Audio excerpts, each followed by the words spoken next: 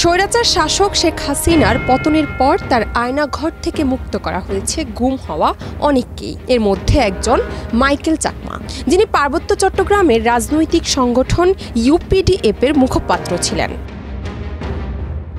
৬ August ভোরের দিকে চট্টগ্রামের একটি স্থানে তাকে চোখ বাঁধা অবস্থায় ছেড়ে দেওয়া হয়। ৭ আগস্ট এক ফেসবুক পোস্টে এই তথ্য নিশ্চিত করেছেন বাংলাদেশ সুপ্রিম কোর্টের আইনজীবী জ্যোতির্ময় বড়ুয়া।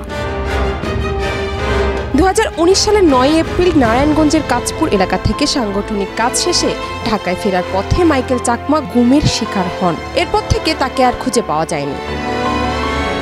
মাইকেল চাকমাকে উদ্ধার ও মুক্তির দাবিতে ইউপিডিএফ ও তার সহযোগী সংগঠনসমূহ, প্রগতিশীল ও মানবাধিকার সংগঠন, শিক্ষক, নাগরিক সমাজ সহ পরিবারের লোকজন নানা কর্মসূচি পালন করেছেন।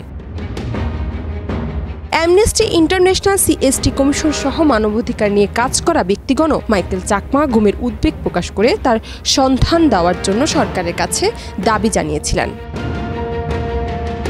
সংশ্লিষ্ট নারায়ণগঞ্জ থানায় অভিযোগ দায়ের ও মাইকেল চাকমার সন্ধান চেয়ে পরিবারের পক্ষ থেকে হাইকোর্টে রিট পিটিশন দাখিল করা হলেও এতদিন সরকারের পক্ষ থেকে তাকে উদ্ধারের কোনো পদক্ষেপ নেওয়া হয়নি।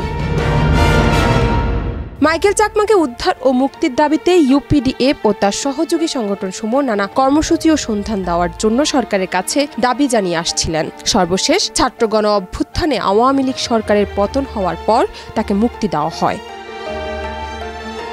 জান্নাত নিপু, দেশ রূপান্তর।